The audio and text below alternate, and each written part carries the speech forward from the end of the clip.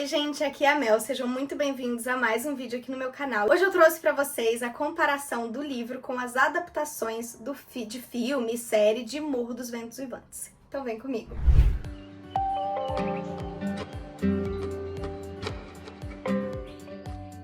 É o seguinte, gente, eu fiz a leitura de Morro dos Ventos Uivantes mais ou menos ali no finalzinho de setembro e outubro de 2025. E já postei resenha do livro aqui no canal, então se você não assistiu, assista, tá? Na resenha não tem spoiler nem nada do tipo. Agora, neste vídeo vai ter spoiler da história, porque afinal de contas, pra eu conseguir comparar uma coisa com a outra, eu acabo tendo que falar de situações do livro, tá? Então se você não quer spoiler, assiste só a resenha lá e não assiste esse vídeo. Outro fato, eu estou começando a gravar esse vídeo dia 1º de novembro, tá? Mas eu vou postar ele provavelmente só finalzinho de fevereiro. Por quê? Vai lançar a adaptação com a Margot Robbie no elenco. Se eu não me engano, até ela é uma das produtoras também. E vai lançar dia 13 de fevereiro de 2026. 13 ou 14 ou 12, enfim, alguma coisa assim, de fevereiro de 2026. Então, logo depois que eu assistir este filme, eu vou gravar a minha opinião e daí sim eu vou postar esse vídeo. Entretanto, não tem só essa adaptação de Morro dos Ventos Uivantes, pelo contrário, tem milhares de adaptação. Então eu decidi assistir tudo que eu conseguisse encontrar de filme, de série e trazer aqui pra vocês um resuminho do que eu achei. E no final desse vídeo vai ter, sim, sobre a estreia com a Margot Robbie, ok? Então vamos passar pelas outras adaptações primeiro pra depois a gente chegar naquela. Antes, deixa eu contextualizar algumas outras curiosidades aqui pra vocês. O lançamento deste livro foi em 1847, sim, mais de 175 anos atrás. 179 mais ou menos anos atrás. O primeiro filme do mundo todo foi em 1895 e ele tinha apenas 45 segundos, era em preto e branco e era mudo, que se chamava A Saída dos Operários da Fábrica. Ou seja, o primeiro filme de todos aconteceu praticamente 30 anos depois que o livro foi lançado. Então o livro foi lançado bem antes do cinema, dos filmes, das séries começarem a acontecer. E esse primeiro filme, é o que eu falei, ele teve 45 segundos, então assim, nem foi um filme, foi uma tentativa de gravação, porque antes só tinha fotos. E daí eles começaram a tentar fazer vídeos, né? E foi só 45 segundos. O primeiro filme de verdade, que teve ali pelo menos 1 hora de duração, foi em 1906, que foi a história de Kelly Gunn. Mas a primeira adaptação literária, ou seja, transformar um livro em vídeo, em filme, em série, em alguma coisa do tipo, foi em 1899. Só que também foi bem curtinho, tá? Que foi de Cinderela. O segundo foi Viagem à Lua, do Júlio Verne, em 1902, e o terceiro foi Alice no País das Maravilhas, em 1903. Todos eles um pouquinho mais curtinhos, porque como eu disse, o primeiro filme de verdade, que tinha mais de 1 hora, foi só em 1906. Quando fizeram pela primeira vez a adaptação do Morro dos Ventos Uivantes, já tinha mais de 200 adaptações literárias. Então eu falei aqui as 3 primeiras pra vocês, que foi Cinderela, Viagem à Lua e Alice nos Países das Maravilhas, mas quando Morro dos Ventos Uivantes foi adaptado, já tinha mais de 200 adaptações de livros disponíveis por aí. Então, ou seja, gente, demorou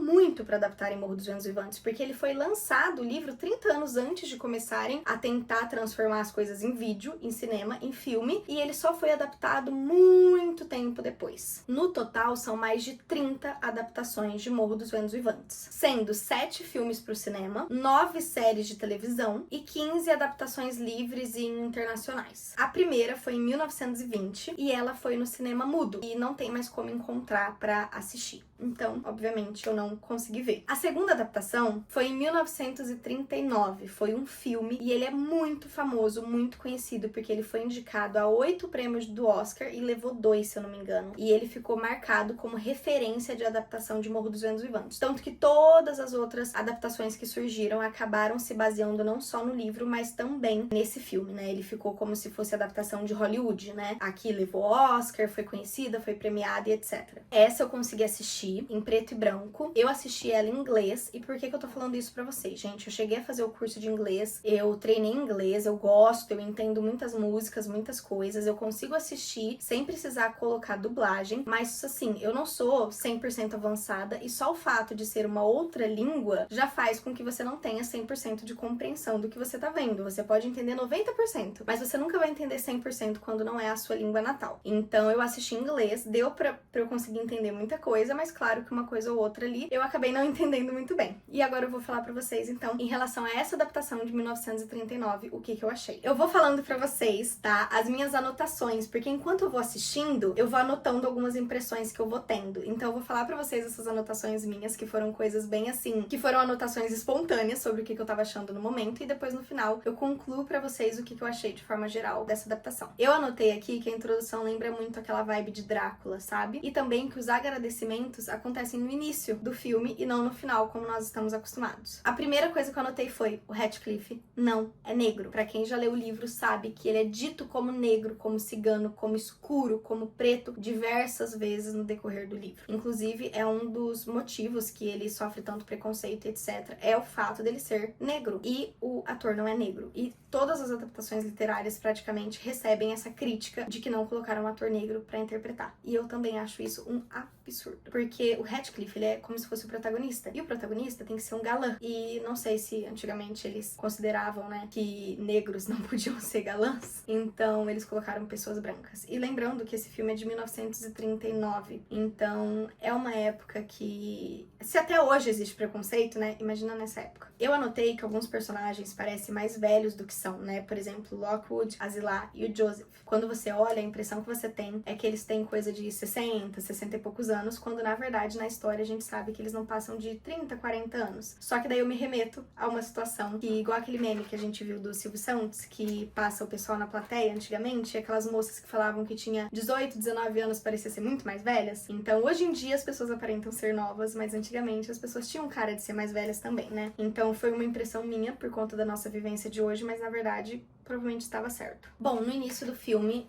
não existe a Asilah, que era a governanta lá da época, já é direto a Nellie. Eles juntaram as duas governantas como se fossem a mesma pessoa, e a Nellie começa a contar a história lá no Morro dos Ventos Uivantes, e não na granja, como acontece no livro. Eu achei que resumiu bem a infância, deu pra ver ali as briguinhas, né, entre o Heathcliff e o Hindley, mas não apareceu o pai, né, o Sr. Earnshaw, defendendo o Heathcliff. Isso daí não apareceu, e não apareceu também mandando o Hindley pra longe pra estudar, né, pulou essa parte. Foi bem curtinha, bem resumida assim a infância, mas deu pra perceber ali que a Cat defendia ele, que eles eram amigos e que ele não se dava bem com o Hindley. Já na adolescência, que é quando o Sr. Earnshaw morre e o Hindley assume, né, o Morro dos Ventos Uivantes, e ele coloca o Heathcliff como se fosse empregado, subordinado, serviçal ali, dá pra ver um pouco mais essa questão da rixa entre eles, as humilhações que ele passa, são um pouquinho mais dissecadas e mostradas daí. Eu achei que tem uma diferença muito grande na granja pro Morro dos Ventos Uivantes, né, na história é dito, né, no livro, que a melhor casa de todo lugar é a granja e a segunda é o morro, mas assim, não parece que tem tanta diferença entre elas, dá pra saber que a granja é melhor, é maior, é mais bonita, mas não é tão melhor assim que o morro. O morro é a segunda melhor casa. E no filme pareceu que o morro era bem inferior à granja. A granja era muito mais luxuosa, muito mais chique, muito tudo, em comparação com o morro, que era mais velho, de madeira e etc, sabe? E no livro dá pra ver que não tem tanta diferença assim. Eu senti que mostrou bem o lado da Cat selvagem, mas ao mesmo tempo deslumbrada, com luxo e etc. Assim como também mostrou a personalidade do Heathcliff, mais quieto, mais vingativo e apaixonado. O pai do Edgar Linton, né, o Sr. Linton, era chamado como juiz e, na verdade, eles não tinham profissão no livro, né, eles só eram realmente herdeiros e donos de terra. No filme, é mostrado que a Cat deu a ideia pro Heathcliff pra ele ir embora, conseguir dinheiro e voltar pra poder casar com ela, já que ele, pobre, ele não poderia casar com ela. Mas essa ideia nunca foi da Cat, né, foi uma coisa que ficava subentendida e ele, a partir do momento que ele percebeu que a única razão dela não ficar com ele é porque ele era pobre, ele mesmo quis ir embora e fazer uma fortuna pra voltar depois. E no filme é colocado como se essa ideia tivesse sido dela. No filme, o Edgar e a Isabella Linton não estão loiros, né? E é muito falado durante o livro que eles são loiros e principalmente esse é um dos fatores que eles acabam tendo mais preconceito com o Heathcliff, etc.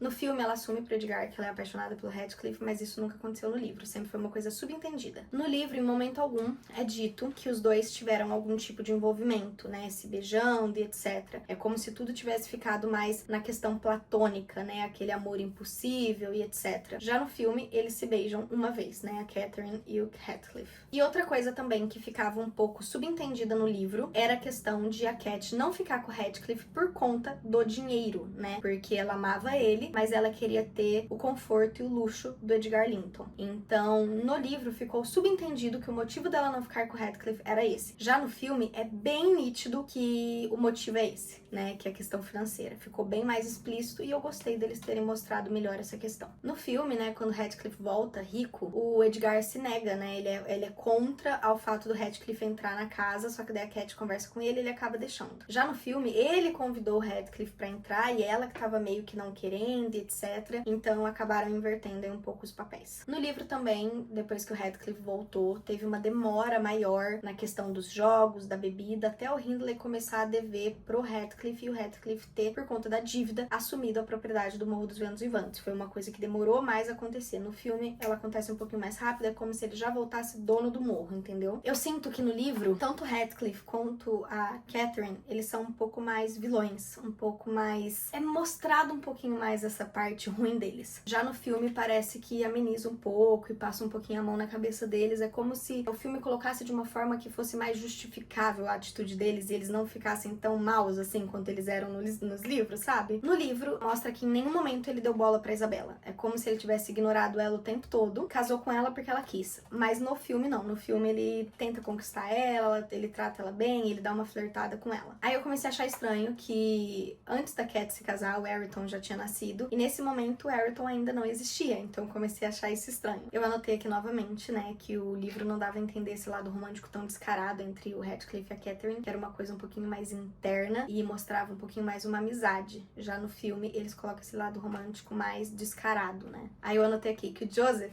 ele não era tão solícito. É como se tivesse deixado todo mundo um pouquinho mais ameno nos seus defeitos. E a Catherine não morreu nos braços do Radcliffe. Ele teve que ir embora e ela morreu na cama depois. E o filme acabou aqui. Não teve a segunda geração. Então, assim, gente, de forma geral, eu gostei muito do filme, tá? Eu achei o filme muito bom. Os maiores pecados pra mim foram Radcliffe não ser negro e os Lintons não serem loiros, a Casa da Granja ser muito superior à Casa do Morro e que não teve a segunda geração. Ponto. Pra mim, esses foram os maiores pecados. Agora, coisas que eu gostei foi o fato deles terem mostrado mais essa parte de que a Catherine não ficou com ele por questão financeira e também de terem mostrado um pouco mais que a relação deles não era só de amizade, era amorosa também. Deixarem isso claro, eu gostei bastante. Então essa foi a de 1939. Depois, gente, teve uma adaptação em 1948, que foi uma série feita no Reino Unido, mas ela não é tão conhecida. 1950 teve uma série de TV ao vivo, que também não é muito conhecida. 1953 teve uma série produzida pela BBC, também não é tão conhecida. 1954 teve um filme mexicano, que também não é conhecido. 1958 teve mais uma série da BBC, que também não é conhecida. Em 1962 teve uma outra série, que eu não tenho nem mais informações sobre onde era e etc. Então não é conhecida também. E em 1964 teve uma adaptação brasileira, que inclusive, gente, na época ficou muito conhecida e foi considerada uma das adaptações mais fiéis. Inclusive, os atores que interpretaram o Morro dos Ventos Vivantes nessa época, depois tiveram uma carreira muito sólida e ganharam, assim, muitos prêmios, muitos prestígios como atores, né, depois na sua carreira. Então, ou seja, foi uma produção muito boa. Mas, infelizmente, naquela época, a fita era muito cara. Então, eles gravavam, eles exibiam e depois eles regravavam coisas em cima. Isso significa que não tem nenhuma forma de assistir essa adaptação de 1964 brasileira. Infelizmente, porque eu queria muito, muito, muito assistir, mas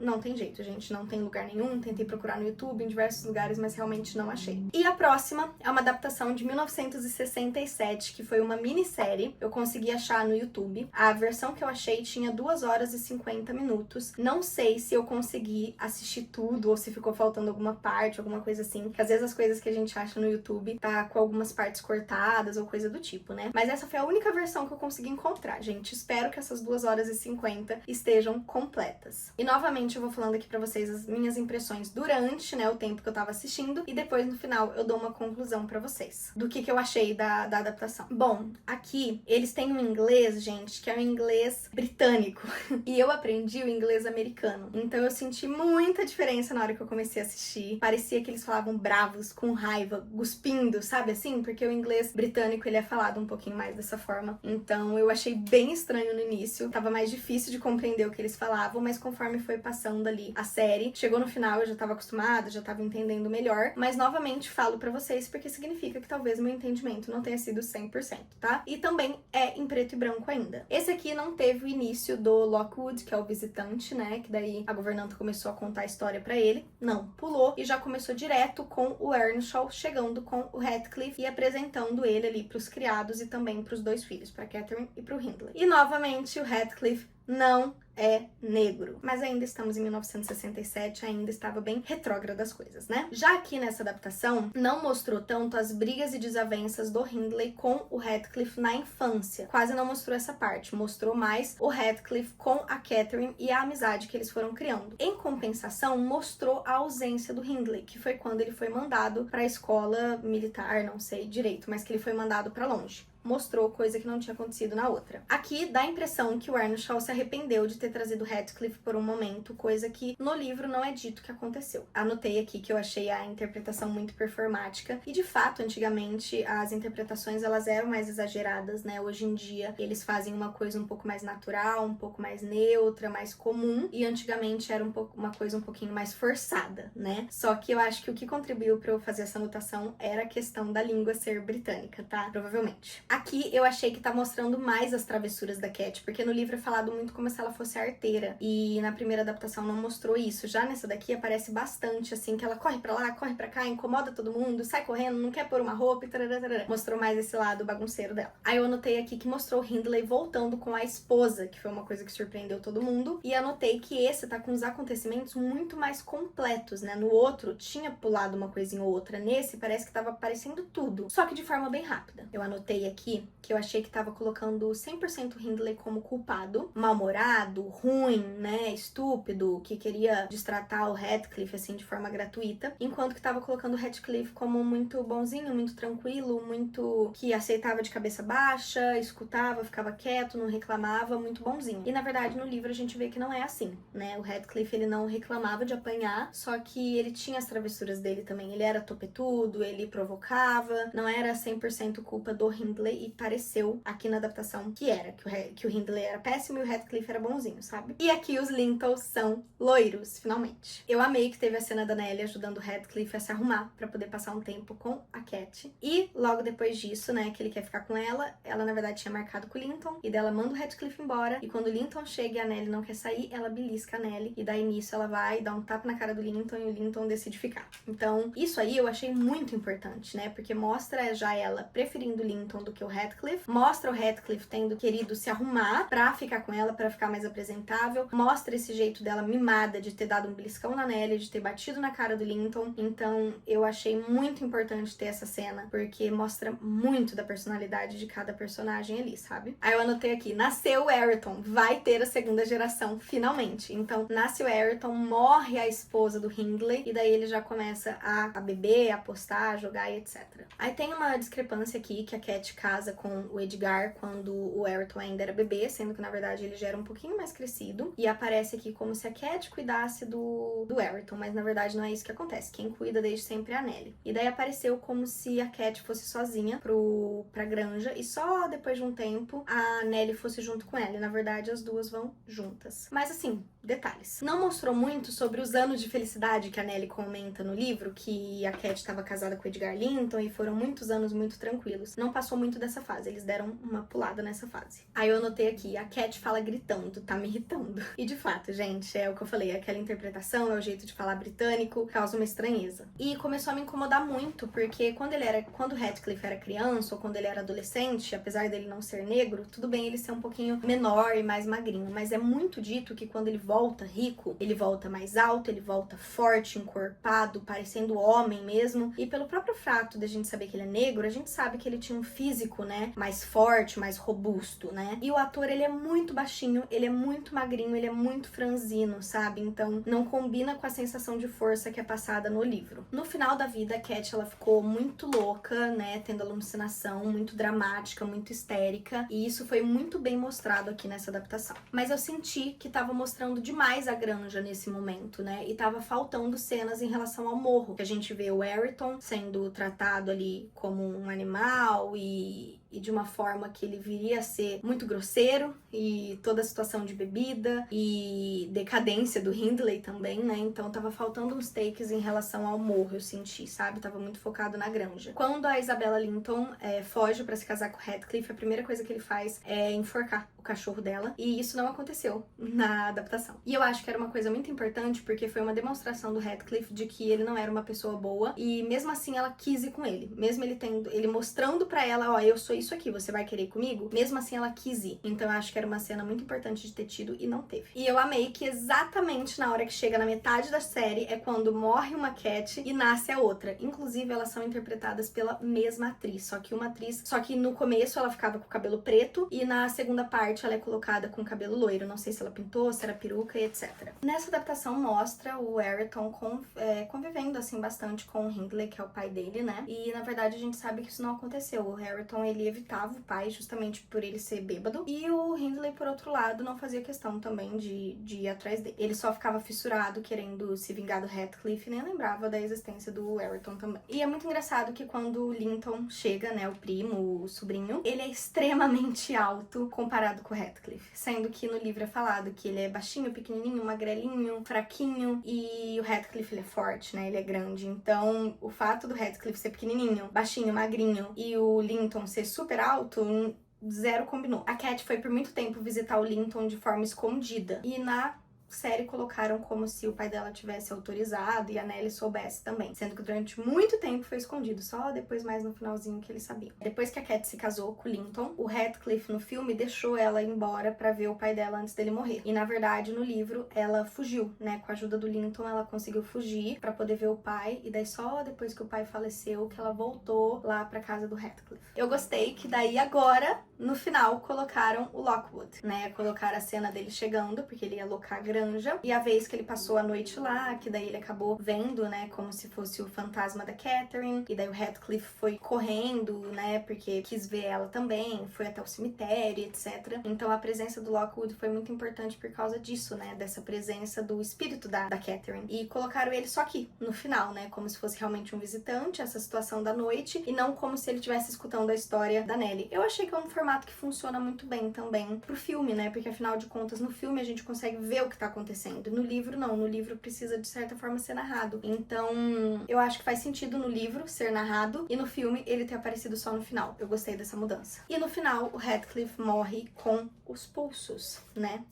E, na verdade, não foi isso que aconteceu. Ele só morreu de fome e falta de sono mesmo, porque ele ficou vários dias sem comer, sem dormir, e acabou morrendo por conta do cansaço, de desnutrição e etc, né? E no filme colocaram como se ele tivesse se matado. Então, assim, gente, eu achei que essa adaptação foi incrível, foi perfeita. Ela é muito, muito, muito fiel aos acontecimentos do livro. Eu amei. Eu acho que ela devia ser muito mais reconhecida, inclusive. Ela é uma das mais famosas, mas eu acho que ela devia ser mais reconhecida ainda, porque ela, de fato, é muito fiel. Eu amei, amei, amei mesmo. A única coisa, assim, realmente que é ruim é o fato do Heathcliff não ser negro, o fato do Heathcliff ser muito baixinho e magrinho, ele tinha que ser um ator mais forte, com mais presença, e também o fato de, no final, eles terem mudado a causa da morte dele. Então, essas coisas aí sobre o Heathcliff eu não gostei. E a outra mudança significativa, mas que eu achei que encaixou, foi essa questão do Lockwood aparecer só no final. Então é isso sobre essa adaptação. Já já eu volto pra vocês pra contar a próxima que eu vou assistir. Oi, gente! Estou aqui então depois de alguns dias já pra falar de outras adaptações de Morro com vocês. Vamos lá! Depois aí do que eu falei no último take pra vocês, a gente tem uma adaptação de 1970 que ela é inglesa, mas ela não é muito conhecida. Aí a gente tem uma minissérie de 1978. Essa minissérie ela é muito conhecida, é uma das mais aí, só que eu não consegui achar assim em lugar nenhum pra eu assistir. Nenhum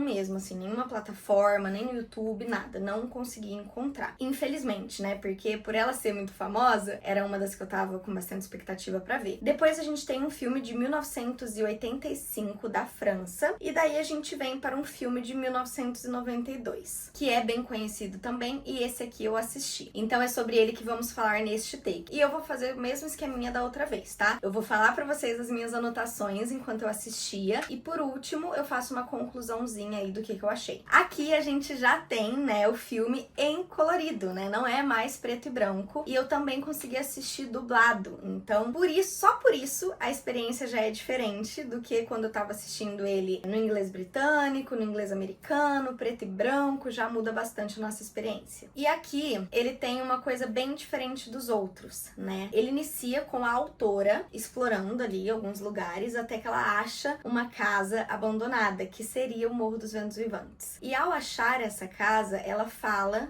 que ela vai contar o que aconteceu com os antigos moradores dessa casa. Eu não me recordo agora se ela falava de uma forma como se ela fosse criar uma história para os antigos moradores da casa, como se fosse assim, eu vou imaginar a história deles, ou se ela de fato fala que ela vai narrar o que aconteceu mesmo. Não me recordo agora de que forma que eles colocam, mas é basicamente isso. E em diversos momentos durante ali o filme, né, tá passando as cenas acontecendo, tem algumas partes que ela narra por trás e faz algumas explicações, vamos dizer assim, né? Não parece que é uma explicação, mas a gente sabe que é uma explicação pra pessoa não ficar perdida de quando muda de uma situação pra outra e etc. Principalmente no início. Quando foi indo mais pro final, ela parou assim de aparecer. Mas principalmente no início aparece bastante a voz dela ali por trás, explicando e direcionando do que estava acontecendo. É uma forma diferente, né, de mostrar a história, mas eu achei muito interessante colocar alguém narrando alguns pontos, porque realmente é muito diferente o filme e a série do livro justamente por isso, porque no livro tem alguém ali falando tintim por tintim pra gente do que tá acontecendo e não fica tão confuso. Já na série, no filme, conforme eles vão passando as cenas, às vezes eles não conseguem exprimir de forma muito clara o que tá acontecendo, né? Às vezes fica um pouco subentendido ou às vezes a pessoa nem percebe. Então é mais difícil você, de fato, mostrar e pontuar alguma coisa pro público, né? Então é interessante usar esse recurso de narração pra poder inteirar as pessoas ali do que tá acontecendo. Eu achei bacana essa forma que eles utilizaram pra fazer essa adaptação. Eu achei que o Morro dos Ventos Vivantes ali, nessa hora que a autora chega nele, parecia um pouquinho uma igreja, né, na hora que ele tava abandonado. Mas depois que começou a entrar na história e mostrou ali ele funcionando com vida, eu já não tive mais essa impressão. Aí aqui, depois dela, começa também com o Lockwood chegando até o Morro dos Ventos Vivantes naquele momento e depois retorna a história bem antes. Então cumpre aí a ordem cronológica que é mostrada no livro, né? Além disso, também eu achei que deu um ar mais majestoso e mais imponente pro Morro dos Ventos Vivantes, né? Eu achei que nas outras adaptações ele tava muito simples comparado com a Granja. E aqui ele tá na altura da Granja. A diferença é que o morro ele é um pouquinho mais sombrio, mais escuro, mais fechado, e a Granja ela é um pouquinho mais clara, dourada, aberta, chique. Mas os dois são majestosos da mesma forma, só que cada um com o seu jeitinho, sabe? E claro, o Radcliffe novamente não é negro. Na verdade, eles deixaram ele com o cabelo comprido e eles penteiam pra trás, assim, não sei se colocam gel, alguma coisa assim. E o ator, ele é bem branco, assim, com o olho claro, inclusive. E daí acaba que ele parece mais um vampiro do que qualquer outra coisa, sabe? Não o protagonista que deveria ser, né? Aqui é a Cat, da segunda geração, que leva o Lockwood pro quarto, né? E na verdade quem faz isso é o Joseph. Então eles trocaram. E também quando o Lockwood tá no quarto, aparece ele vendo as escritas do nome Cat, né? Cat Linton, Cat Radcliffe, Cat Earnshaw. E daí aparece todas essas escritas do nome dela. E quando ela começa a assombrar ele no quarto e pega na mão dele também, assim, é bem real, é bem vívida essa parte. E não apareceu muito nas outras adaptações, né? Tanto a parte da escrita quanto a parte que ela aparece pra ele. Não teve aqui as briguinhas de infância entre a Catherine, o Radcliffe e o Hindley. E também não teve a parte que o Hindley vai pra uma escola interna, né? E que daí tem essa parte da ausência dele. Não apareceu. Então, assim, da infância tiveram pouquíssimas coisas, tá? Teve um pouquinho ali do Radcliffe com a Catherine, mas foi bem pouquinho. Agora, apareceu muitas coisas em relação à adolescência deles, né? Só que assim, apareceu, né, o tanto que o Hindley excluía e maltratava o Radcliffe e o quanto que a Catherine era ligada a ele. Só que mostrou muito o convívio dos dois como um casal de fato, né? Então, eles se beijando, eles deitados juntos, eles no maior clima de romance, sendo que no livro isso não é dito, né? Então, no livro é mostrado que eles tinham uma relação muito próxima e que eles gostavam muito um do outro, mas em momento nenhum é deixado claro que essa relação é romântica. A gente entende que é romântica, mas é como se fosse um romance platônico, né? Porque na época não podia ter essas demonstrações de afeto assim tão explícitas, a não ser que você fosse casado com a pessoa. E ela não era casada e nem iria se casar com ele. Então não tinha essas demonstrações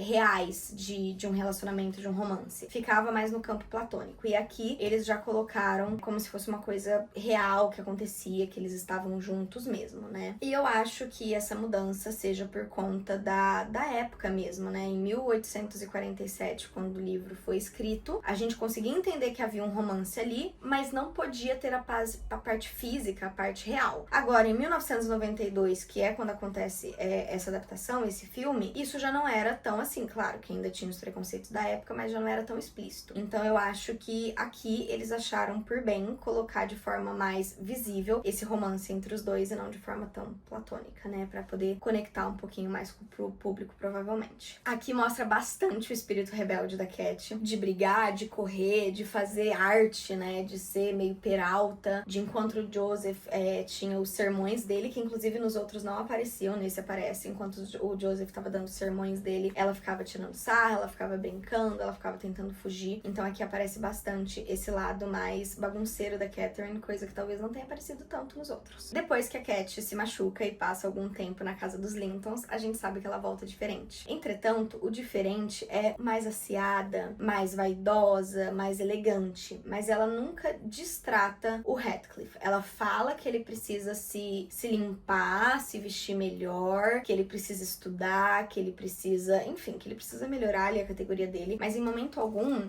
ela destrata ele, entende? E aqui teve uma cena que ela foi bem grosseira e destratou ele, que daí eu não acho que condiz com o livro, entretanto ali no filme fazia sentido, né? Da mesma forma que eles intensificaram mais a relação deles, mostrando as partes físicas, eles também intensificaram o afastamento, né? Então eles decidiram colocar uma briga ali pra justificar um pouquinho o afastamento dos dois. Então faz sentido, mas não tinha no livro. E daí eu anotei que até que tá bem fiel, mas que tá passando muito rápido, porque assim, gente, o filme no total tem 1h40. 1h40, é curto, é bem curto, 1h40. E eles colocaram toda a história, desde a primeira geração até a segunda. Então, num tempo muito curto, eles conseguiram mostrar bastante coisa. E quando Heathcliff volta, ele fala que, é falado, né, que ele ficou longe 2 anos, mas na verdade foi mais que isso. Eu não me recordo agora se foi 3 ou se foi 6, mas eu acho que foi 3 anos. E ele confirma pro Linton que o dinheiro dele vem de uma herança que ele descobriu que tinha. E na verdade isso nunca é dito no livro, né? Pelo contrário, isso é uma coisa que fica muito em alta de o que ele fez pra voltar com todo esse dinheiro. Porque ninguém sabia, ninguém entendia, todo mundo desconfiava que ele tivesse feito coisas erradas, coisas não aceitáveis, não corretas, né? Pra poder ter esse dinheiro. Então ele jamais confirmaria isso em relação à herança. E eles colocaram como se a Cat tivesse solicitado uma despedida pro Heathcliff. Ela pede um último beijo e depois disso ela fala que eles não vão mais ter contatos, etc, que ele tem que parar com isso e tudo mais, mas obviamente ele não para. Como eu já disse, isso aqui 0% aconteceu no livro, então, mas faz sentido aqui na história, né? Como eles estão intensificando e mostrando as coisas de forma mais explícita, mais aberta, faz sentido ali, quem sabe, um adeus, é o último beijo, depois para, hein? Então faz sentido, mas de fato não teve no livro. Aqui finalmente mostra ele sendo grosseiro, ele destratando a Isabela e mesmo assim a Isabela querendo ficar com ele, porque nas outras adaptações eles mudaram, eles colocaram ele tentando conquistar a Isabela e depois destratando a Isabela. Aqui não, aqui já mostra que desde o início, que foi o que foi dito no livro, que desde o início ele destrata a Isabela e mesmo assim ela quer ficar com ele. E eu senti, gente, que nessa adaptação dava pra sentir um pouco mais esse clima triste, esse clima ansioso e esse pesar do livro, sabe? Os outros parecia que a interpretação era muito caricata, era meio falso, entendeu? Era tudo sombrio, era tudo triste, mas era falso. Aqui parece que ficou um sombrio de um jeito mais natural, você vê a tristeza, a situação acontecendo. Eu achei que ficou bem melhor. Aqui aparece muito, né, o Ayrton ficando junto com o Hindley e na verdade eles não ficam juntos, né? O Hindley, ele acabava evitando o filho porque lembrava da mulher que morreu, e o Ayrton, por outro lado, também evitava o pai porque o pai vivia bêbado pra lá e pra cá, então ele tinha um pouco de medo do pai quando ele era mais criança. Então esse momento aqui dos dois juntos quase não acontecia. E daí eu escrevi aqui, né, finalmente está colocando Heathcliff como uma pessoa ruim, porque nos outros era como se eles justificassem os erros que o Heathcliff cometeu por conta do amor que ele sentia pela Catherine, né, e etc. Aqui não, aqui coloca que ele era apaixonado por ela, coloca que ela não quis ficar com ele, coloca quanto que ele ficou amargurado por causa disso, mas mostra que ele era muito maldoso, que ele era muito ruim, que ele de fato queria prejudicar todo mundo porque ele tava infeliz, sabe? Então é mais fiel nesse drama, nessa ruindade ali do Radcliffe. E daí, de novo, eles usaram a mesma atriz pra fazer a Catherine, mãe, e a Catherine, filha, e só trocaram a cor do cabelo. Eu acho isso bacana. E faltou eles mostrarem a fuga da Isabella da casa do Radcliffe, né? Eles não colocaram isso aqui. Eu gostei dos atores da terceira geração, tanto do Ayrton quanto da Cat, né, que é a mesma atriz, quanto do Linton também. Eu achei que casou com o que eu imaginava quando eu li o livro. No livro, a gente vê que quem escreve as cartas pra Cat da segunda geração é o Radcliffe, como se fosse o Linton, né, pra tentar conquistar a Cat. Então, esse é o seu objetivo. Mas não ficou claro uma outra coisa que a adaptação trouxe e que eu achei que casou muito bem. Durante o momento que ele tá escrevendo as cartas pra Cat e declarando o amor do Linton pra Cat, dá a impressão de que ele tá falando pra Catherine, sabe? Então, é bem bonito, assim, né? Apesar de ser errado ali o que ele tá fazendo, é bem bonito, porque é como se ele tivesse conseguindo se comunicar com ela através da filha dela, né? Eu achei que teve uma parte que faltou um pouquinho de atenção, que ficou muito corrida, que foram as visitas da Cat pro Linton, né? Enquanto ele tava doente, que ela ia escondido, né? Da Nellie, do pai, e depois, aos poucos, ela foi conseguindo a ajuda da Nellie, foi conseguindo a autorização do pai, até o momento que o Radcliffe prende ela e tranca ela pra ela poder casar com o Linton. Então eu acho que todo esse processo das visitas, dela fazer escondido e etc, faltou. Ficou meio que um buraco aqui na história no filme. Aqui tem outro detalhe, que o quarto do Radcliffe é como se entrasse dentro de um guarda-roupa e entrasse em um outro cômodo. Já era o quarto dele quando ele era mais novo e ele decidiu se manter nesse quarto mesmo depois de ter comprado a casa inteira, né? E eu achei legal também. Bom, essas foram as minhas anotações ali durante o momento que eu assisti o filme. E a minha conclusão é o seguinte, gente. A minha experiência com esse filme, né, assistindo o filme, foi muito boa. Eu gostei muito, eu fiquei muito feliz que eles conseguiram colocar toda a história em um momento muito curto, que por mais que faltou uma coisinha ou outra, eu senti que eles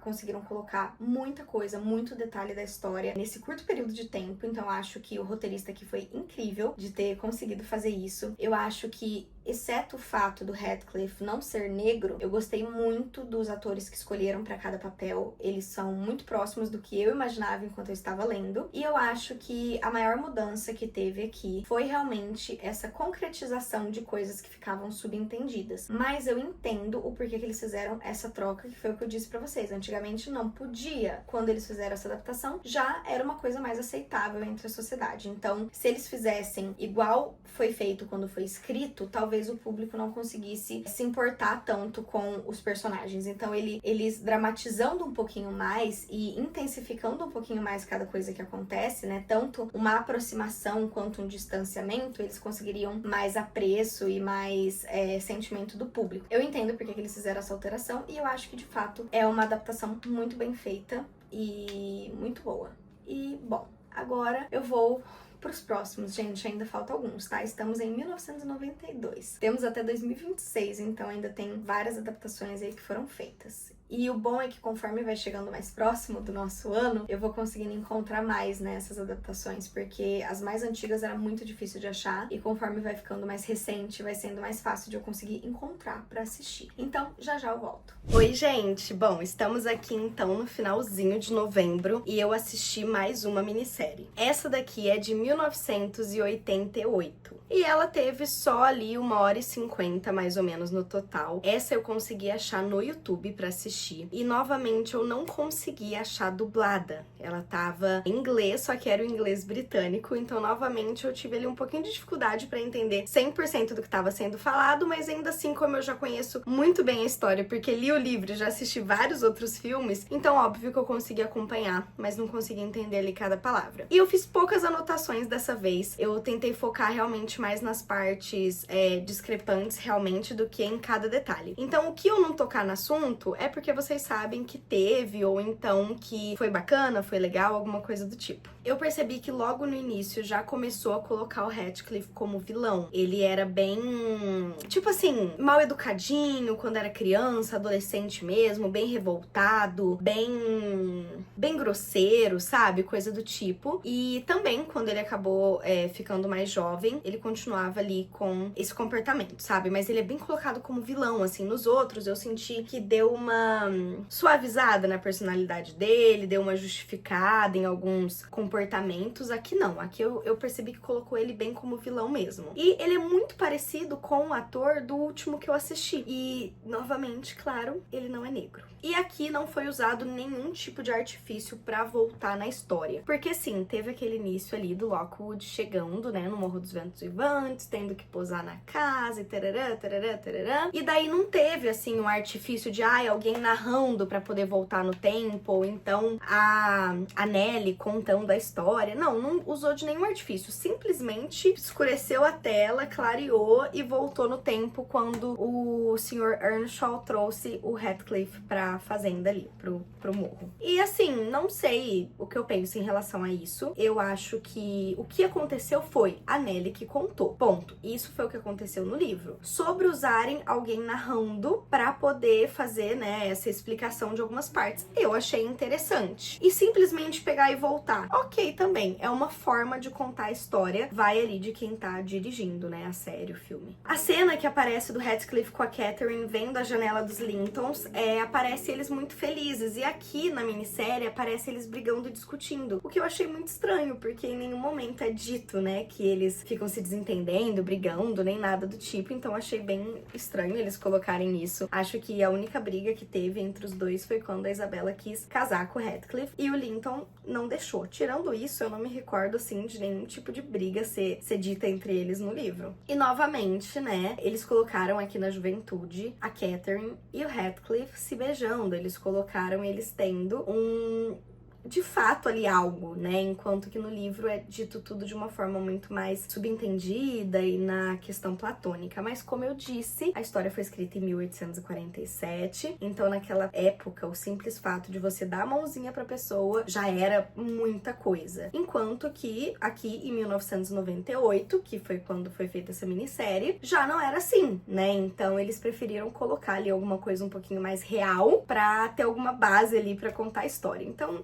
eu não ligo dessa mudança. Não aconteceu no livro? Não aconteceu no livro, mas eu não ligo da mudança. Eu acho que faz sentido considerando o todo. Eu achei essa atriz que faz a Catherine a mais linda até agora. Gente, que mulher perfeita. Não sei se ela se encaixa perfeitamente ali em relação a Catherine, mas ela é linda, maravilhosa. Até porque a Catherine não é dito muita coisa sobre ela. A gente sabe que ela tem o cabelo preto, né? Apesar de ser branquinha, ela tem o cabelo preto e que ela tem os olhos muito grandes e tem um ar meio impetuoso, assim. Mas eles falam mais da personalidade, do jeito dela, do que da parte física. Então, assim, eu não sei dizer qual foi a atriz que, né, estava mais parecida com ela. Mas essa atriz, sem dúvida, até agora é a mais bonita. E não usaram a mesma atriz pra fazer a próxima Catherine, que seria a filha ali do Linton, que seria loira, né? Então, acho que as últimas duas, mais ou menos, eles usaram a mesma atriz. E eu gosto do fato de usar a mesma atriz e só mudar o tom de cabelo. Mas não usar também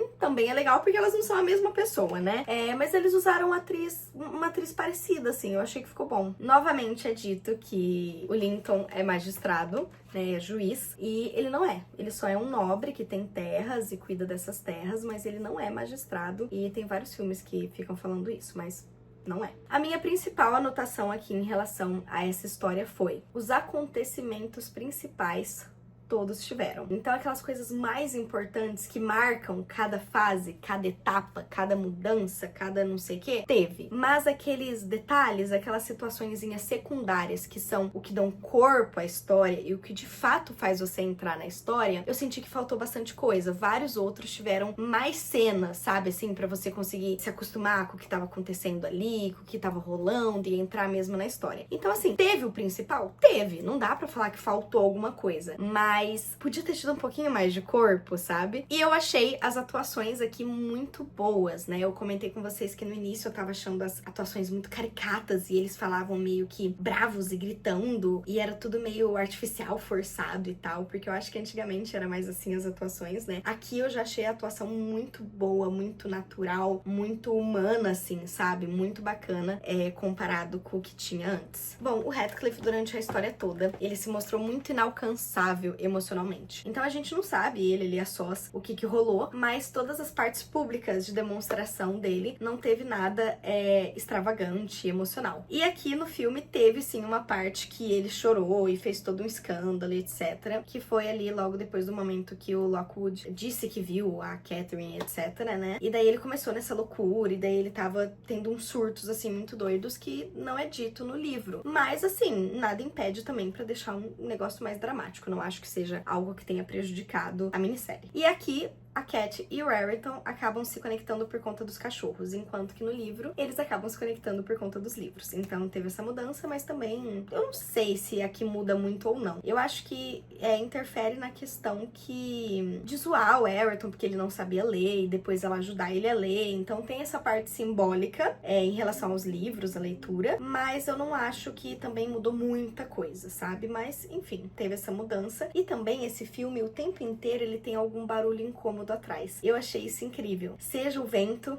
uivando, seja cachorro latindo, seja corrente batendo, mas sempre tem algum barulho de fundo que tá te incomodando e tá te irritando. Eu acho que isso é muito legal, porque a história em si é uma história dramática, é uma história triste, é uma história ruim e que causa um sentimento estranho na gente. Então eles conseguiram, com esses barulhos irritantes atrás, causar essa mesma sensação. Eu achei muito bacana esse subterfúgio que eles usaram. E acho que esses são os meus principais comentários aqui sobre essa adaptação. Aí deixa eu dar uma olhadinha aqui na minha cola. Depois, em 2003, a gente teve uma adaptação ambientada na Califórnia. Era um filme, mas não ficou muito conhecido. E, gente, não tem nada a ver, né? Califórnia, que é calor, sendo que o Morro dos Ventos Uivantes passa num lugar alto, frio, que venta, Inglaterra. Acho que por isso que não rolou. E teve também, em 2003, um musical australiano, que também acabou não indo pra frente. E vou confessar uma coisa, tá? Eu fico até feliz dele não ser famoso, porque eu tô assistindo os que ficaram mais famosos, né? E eu não gosto de musical, gente. Eu não me agrada muito essa história de musical. Então, se ele tivesse sido um dos mais famosos, eu ia ter que assistir. E como não me agradou muito, eu fiquei feliz que não é um dos mais famosos. Enfim, se eu não me engano, tem ainda 2 adaptações pra eu assistir, pra vir falar aqui pra vocês, pra daí sim eu chegar com a adaptação que vocês estão aguardando, que é a de fevereiro, com a Margot Robbie. Então, esperem que já tá chegando.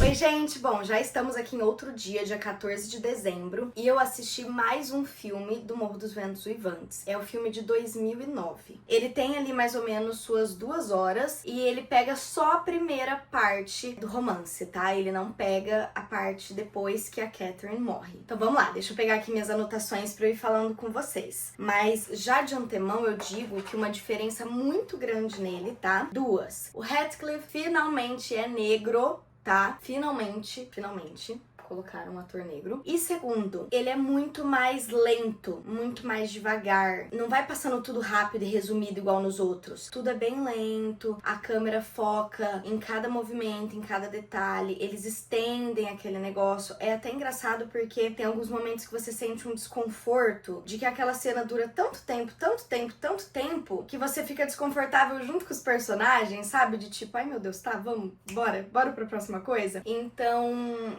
é um ritmo, assim, muito diferente dos outros, sabe? E é o que eu falei, eu acho que essa lentidão foi usada como artimanha também pra causar esse desconforto que a história tenta trazer pra gente. Então essas são, assim, as maiores diferenças que eu consegui ver. Mas vamos lá que eu vou trazer pra vocês alguns detalhes que eu fui anotando enquanto eu assistia. Só que, assim, eu achei o filme muito escuro.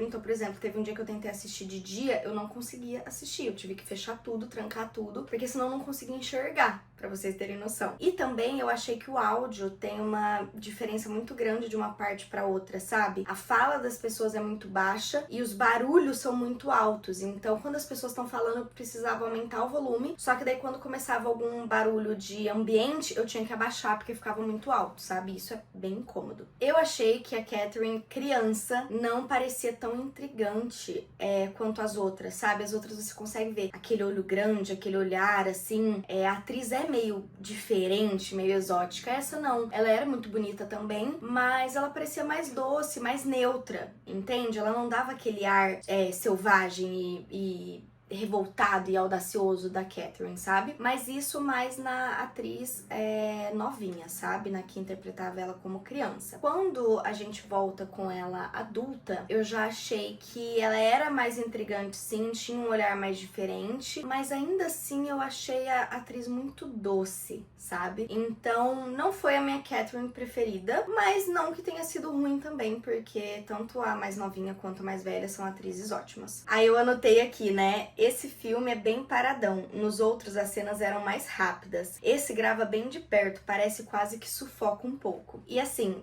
vamos supor, tem uma cena que eles estão cavalgando lá de cavalo, a Catherine e o Heathcliff, né? E daí filma eles de longe e depois aproxima só no pescoço dele com a cabeça dela, ou então só aqui no quadril dela com o joelho dele, sabe assim? A câmera faz assim, e daí é como se você se sentisse sufocado também, é o que eu falei. Parece que a forma de filmar esse filme traz um desconforto pra você enquanto você assiste, sabe? E aqui tem algumas cenas, assim, deles brincando, que parece que o Heathcliff tenta dominar ela, mas ela meio que não deixa e tal. E essas cenas não existem no livro, né? Pelo menos não foram narradas pela autora, mas eu acho interessante terem colocado, porque de fato o Heathcliff o tempo todo tenta dominar ela e ela não deixa, né? Então isso traduz muito da relação dos dois. Só que a Nellie praticamente não aparece, tá?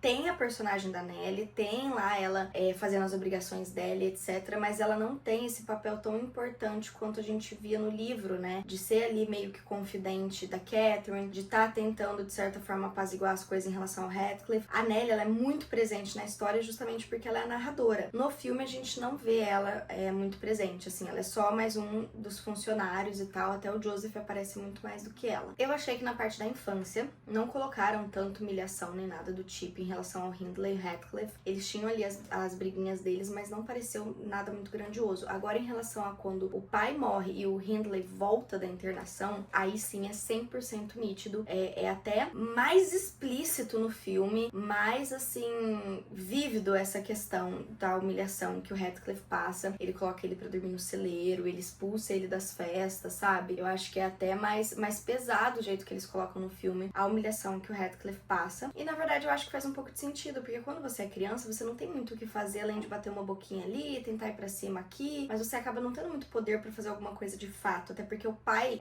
protegia muito o Heathcliff, né? E daí o Hindley é mandado pra uma escola longe, fica longe da família e tal, e isso tudo deve ter causado uma grande mágoa nele, então realmente eu acredito que é quando ele volta, que daí ele realmente tem poder como senhor daquelas terras pra poder fazer alguma coisa e humilhar o Heathcliff, né? Então eu entendo a revolta do Hindley, mas aí ele acaba causando uma dor muito grande no Heathcliff também, uma humilhação muito grande, que depois vai vir a se vingar também, ou seja, uma coisa besta causa uma sensação horrível que você se vinga e o outro se vinga, e quando vê, tá todo mundo sofrendo e ninguém nem sabe onde que começou a história. Eles colocaram muitos criados no morro, como se tudo fosse muito grandioso, sabe? No livro a gente vê mais o Joseph com a Nellie, e depois quando a Nellie vai pra lá, pega outro e tal, mas é sempre assim, 2, no máximo 3 criados, enquanto que no filme parece que tem 10, 15 pessoas trabalhando pra eles, então deixam tudo um pouco maior do que realmente é. Tem uma cena que eles açoitam o Heathcliff, sabe? E daí isso não aconteceu no livro também. Eu acho que ficou muito mais pesado. Na verdade, esse filme, de forma geral, ele é um pouco mais agressivo, digamos assim, sabe? Tem essas cenas aí do Heathcliff tentando dominar fisicamente a Catherine, tem essa cena do Hindley açoitando o Heathcliff, e tem muitas cenas também do Heathcliff matando alguns animais, né? Fosse por raiva, fosse porque ia servir de alimento, fosse porque precisava bater porque tava doente, mas enfim, a gente vê muitas cenas com sangue, com morte, cenas que causam dor na gente, sabe? Então, é o que eu falei, esse filme, ele dá essa estranheza, ele dá esse incômodo na gente. E essa cena de açoite, essas cenas dos animais, são cenas que não tem no livro, mas que eles colocaram no filme, e eu achei que conseguiu trazer um tom mais pesado e melancólico, que o filme puxa, querendo ou não, né? A história em si puxa. E o Heathcliff, ele não xingava as pessoas assim de forma tão gratuita no livro, sabe? Normalmente tinha um porquê dele estar agindo daquela forma, enquanto que no filme aqui parece que ele só sai xingando todo mundo desde pequeno, sabe? Não é tipo de agora. Desde pequeno, desde a infância, ele xinga as pessoas, ele manda sair de perto, de uma forma mais brusca, assim, sabe? O que eu acho que combina, porque se ele era meio selvagem, meio andarilho e não tinha uma criação, faz sentido ele ter essas atitudes, né? E não ser todo educadinho engraçadinho e etc. Só que no livro é dito muito como se ele fosse muito quieto, né? Então o xingar e enfrentar não combinaria tanto. E eu anotei aqui que eu achei a Cat muito boazinha, que ela era muito mais travessa. Não sei se o fato da atriz parecer muito doce contribuiu pra isso, mas eu acho que também em relação às atitudes dela, parece que ela é muito boazinha, a gente não vê ela fazendo nada, assim. É muito como se o Radcliffe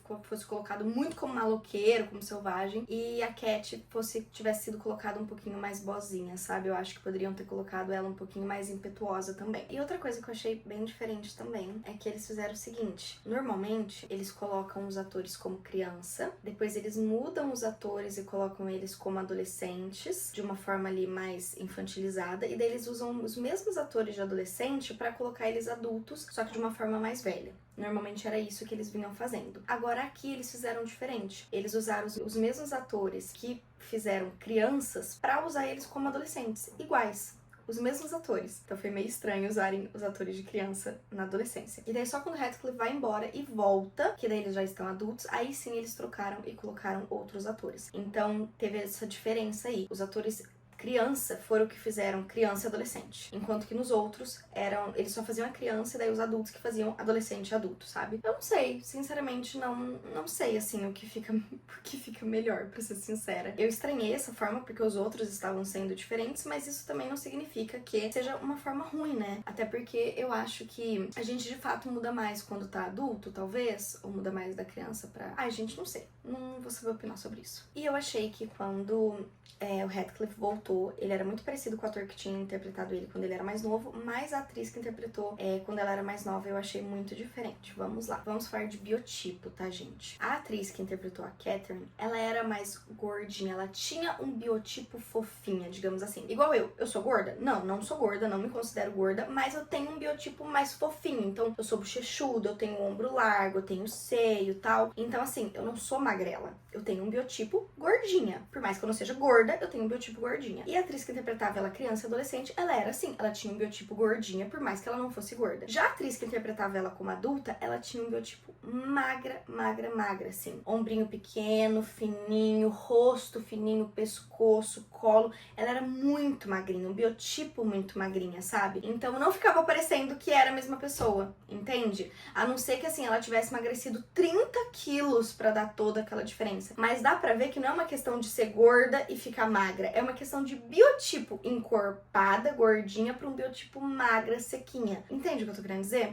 Então, eu achei que deu muita diferença de uma pra outra, não ficou legal. Agora o Radcliffe ficou muito parecido, eu achei muito bom. E essa segunda parte, né, que foi depois que o Radcliffe volta, eu achei que ela tava muito parecida, muito vívida, muito real, assim. Os atores são muito bons, os acontecimentos são muito pontuais, o sofrimento, aquela situação de que eles não podem ficar juntos, de que ele quer ela, mas agora ela tá com o outro e tá grávida. E, ai meu Deus, eu achei muito boa essa parte depois que o Radcliffe volta. E daí naquela parte que o Hindley tranca o Radcliffe pra fora, o Radcliffe tenta entrar, e daí é quando o Hindley tenta matar ele, etc. A Isabella, ela defende o Radcliffe e ajuda ele a entrar. E no filme, eles colocam ela defendendo o Hindley, né? Então a gente tem essa diferença aí. E eu acho engraçado que nessa primeira parte, a história ela acaba extremamente triste, e foi a intenção do filme todo. O filme todo ele é muito triste. E essa primeira parte, que é quando a Catherine morre, acaba muito triste. Já a segunda parte, depois, quando vem os descendentes, ela acaba, por mais que ela seja muito triste também, mas ela acaba com um pouco mais de esperança, sabe? Só que não teve a segunda parte. E, gente, foi isso. E daí depois a gente tem uma adaptação em 2014, que é num teatro do Japão. E daí também não consegui ter acesso. E é isso, gente. Agora, a próxima adaptação que a gente vai ter é a de 2026, com a Margot Robbie. Então eu vou, por enquanto, deixar vocês por aqui.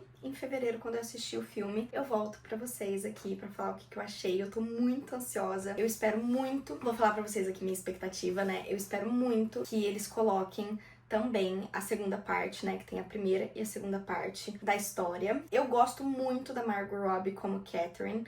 Eu só espero que eles mudem a cor de cabelo dela, porque a Catherine, né, a primeira, ela não era loira, ela era morena, então eu espero que eles alterem a cor de cabelo dela. E se for ela interpretar a outra Catherine também, aí sim deixar ela loira. Em relação ao Radcliffe, eu achei que o ator escolhido, não lembro o nome dele agora, me perdoem, eu acho que ele traz sim muito dessa questão de melancolia que o filme pede. Mas mais a questão de ele não ser negro, não ser meio mulato, meio cigano, enfim, qualquer coisa do tipo, me incomoda muito, gente, muito, porque eu acho um retrocesso imenso, imenso, imenso, imenso. Então, gosto da escolha da Margot Robbie, só espero que eles prestem atenção em relação ao cabelo. Radcliffe, gosto da áurea do ator, mas ele precisava ser negro. Isso me incomoda bastante. Em relação aos outros atores, eu não sei, não procurei saber, na verdade, quem que vai interpretar quem. Então, não sei se me agradam ou não. Prefiro descobrir na hora. Não sei, né, se vai ter a primeira e segunda parte. Espero que tenha a primeira e segunda parte. E é isso, gente. Eu tô com a expectativa, assim, muito alta, de verdade, pra esse filme. Eu espero que ele não seja tratado de uma forma rasa e correndo, ou também de uma forma chata,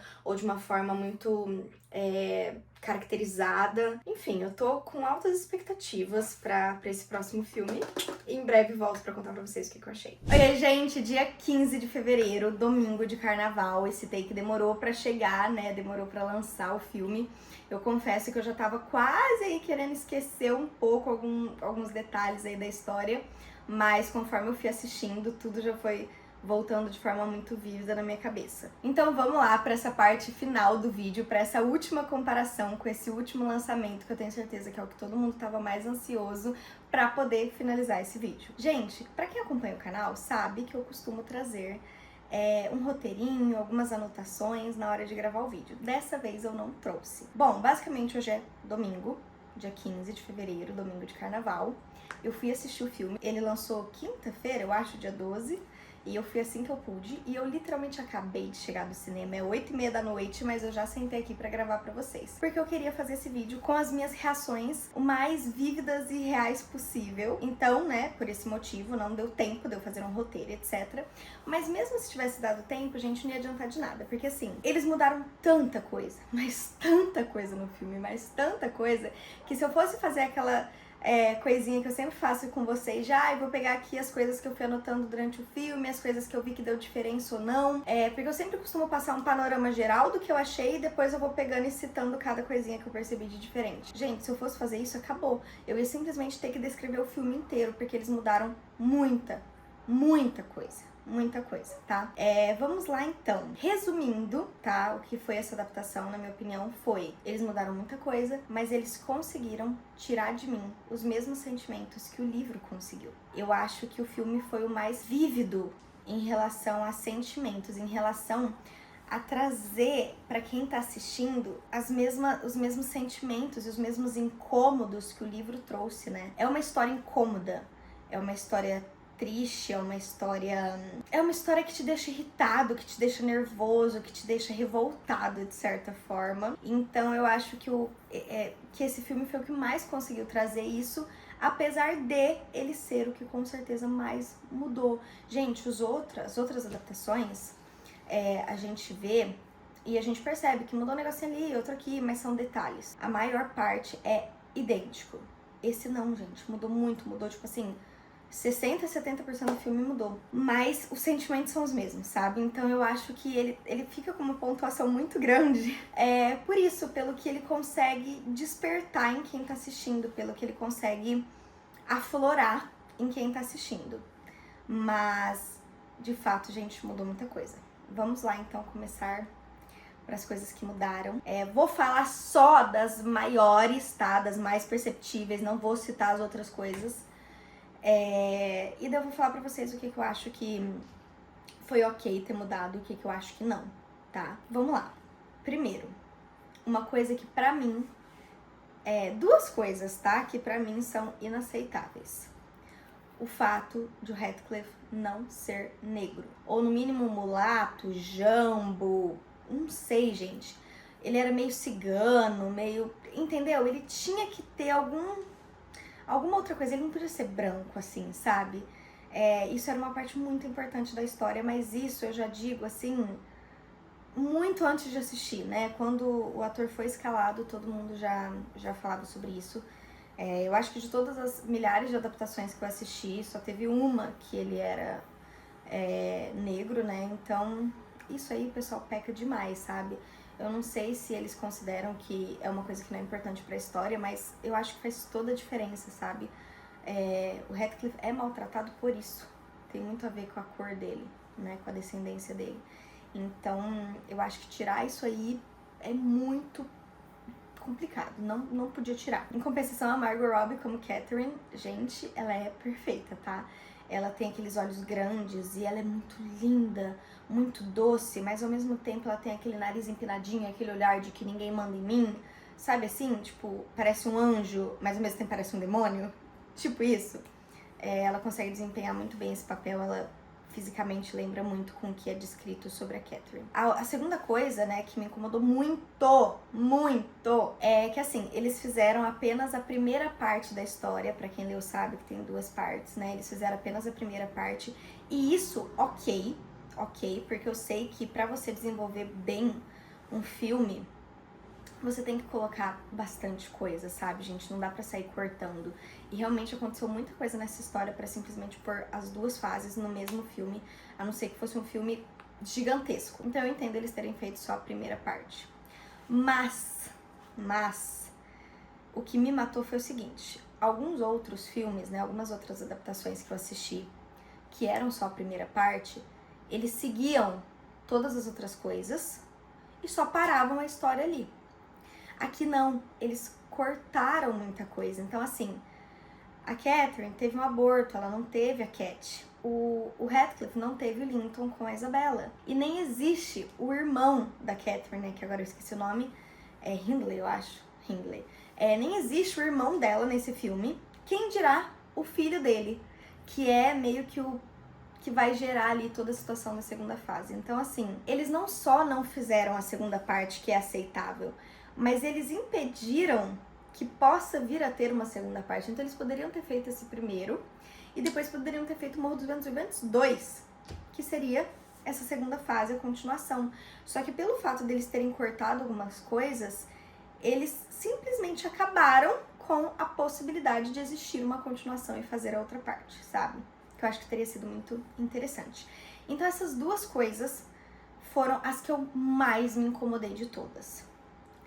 Outra coisa que me incomodou muito também é que, pelo fato de não ter o Hindley na história, né, o irmão mais velho da Catherine, eles colocaram esse papel de vilão e de que maltratava o Radcliffe no pai da Isabella, né, no Earnshaw. E daí colocaram ele como sendo a pessoa que maltratava o Radcliffe, como sendo a pessoa que ficou embriagado e perdeu tudo em jogos, enfim.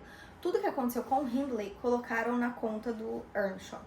Só que assim, ele era maravilhoso. Ele no livro, ele era maravilhoso. Então é muito triste terem que ter colocado esse papel tão ruim pra ele, que no livro era tão bom. Outra pessoa que também deixaram com um papel terrível foi a Nellie. A Nellie é a narradora da história, ela que conta tudo pro visitante, consequentemente pra gente. E a Nellie, ela tinha a mesma idade, né, do Hindley, do irmão mais velho, e então ela era um pouquinho mais velha do que a Catherine, do que o Radcliffe, e ela cuidou de certa forma deles, depois ela cuidou da segunda fase também, então assim, ela foi uma mãezona em todas as fases, ela participou de tudo. E sim, ela interferiu em muitas coisas, em várias ela ajudou, em muitas ela atrapalhou, mas em todo momento que ela interferiu foi na intenção de fazer o melhor, sabe? Foi na intenção de proteger as pessoas, e todos eles, não um ou outro, mas todos eles. E aqui no filme, eles colocaram ela, como que eu posso dizer? É como se ela fosse filha de um lorde, só que ela é uma filha bastarda. Então, por conta disso, ela não tem bens, né? Ela não é considerada uma filha, uma herdeira.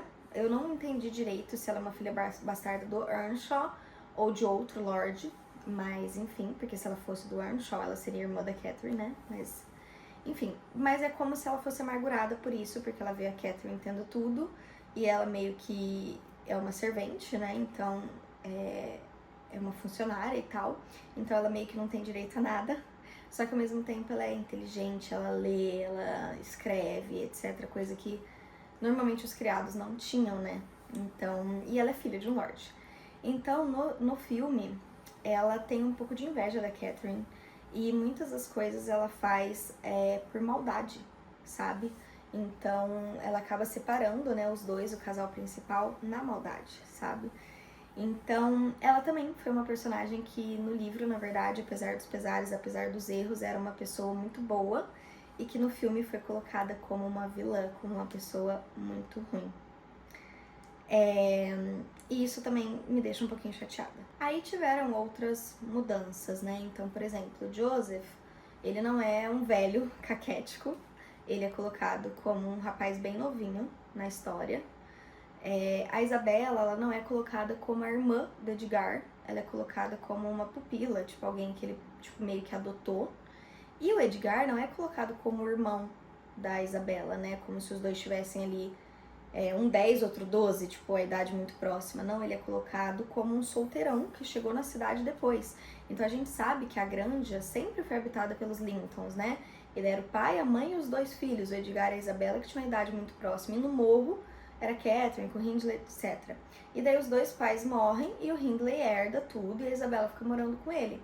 No filme, não. É como se novos vizinhos tivessem chegado. E daí é o Edgar, que já é bem mais velho, é um solteirão mais velho, com a Isabela, que é tipo uma pupila dele, uma pessoa que ele adotou, assim, sabe? Então, teoricamente não faz diferença pra história, porque de qualquer forma o Edgar é rico, é o dono da casa e quer casar com a Catherine. A Isabela é pura, inocente, se apaixona pelo Heathcliff e ele meio que acaba com a vida dela. Então, assim, todos esses papéis principais acontecem, mas eles mudaram esse contexto, né? E o próprio Edgar, gente, é muito mais velho, que ele é muito feio. Ele é muito feio, assim, ele é meio indiano, meio... Dá pra ver que ele é doce, sabe? Só que ele é muito feio. E o Edgar, a gente sabe que ele é super bonito, né? Meio sem sal, assim, mas é muito bonito. Então, poxa vida, né? E também uma diferença muito grande é que colocaram essa riqueza dos Linton, assim, num nível de extravagância muito gigante, sabe? A gente sabe que a granja, né, e que os Linton são mais ricos do que o morro, principalmente porque o morro está falindo, né, porque senão eles estariam aqui, ó, meio que quase pau a pau um com o outro. Só que como o morro tá falindo, né, a granja acaba ficando muito mais rica. Só que não é tanta assim, né, pelo menos no livro a gente não percebe tanta discrepância assim. Agora, nesse filme, gente, é uma coisa, assim, absurda, sabe? Ela tá o tempo inteiro com joias, com isso, com aquilo, coisas imensas, coisas caras. Os ambientes são muito luxuosos, muito extravagantes, muito grandes. Então, dá uma diferença muito grande, sabe? Inclusive, falando de coisas extravagantes, eu achei que esse filme me lembrou muito a forma de direção de Pobres Criaturas. Principalmente quando você olha ali a Isabela também, que ela é mais inocente, você olha todas essas coisas glamourosas e exageradas, um pouco caricatas, sabe? Eu não sei explicar, eu acho que quem assistir vai conseguir entender, mas me pareceu um pouquinho, essas coisas meio exageradas, me lembrou um pouquinho o jeito de direção e de interpretação até que a gente viu em Pobres Criaturas. E eu falo isso de um jeito bom, ficou bom, sabe? Combinou. Inclusive, outra coisa que me remeteu um pouco a Pobres Criaturas é que esse filme teve um lado sexual muito latente, assim. E pra quem assistiu Pobres Criaturas sabe que também tem essa parte sexual também. E nesse filme ela é muito vívida, né? Então, de uma forma um pouco indireta, primeiro, aquela tensão sexual, e depois de uma forma totalmente explícita, né? E isso zero acontece no livro, né? Tudo no livro é muito imaginativo, é muito hipotético, é muito no mundo dos sonhos e do desejo, sabe? Nada acontece muito assim no real. Mas conforme foram passando as adaptações, eles foram colocando como se fosse real, né? Como se não fosse uma paixão platônica, como se fosse algo sólido, real. E nesse eles colocam algo, tipo, muito real, entendeu? A parte sexual é bem latente, assim, bem intensa.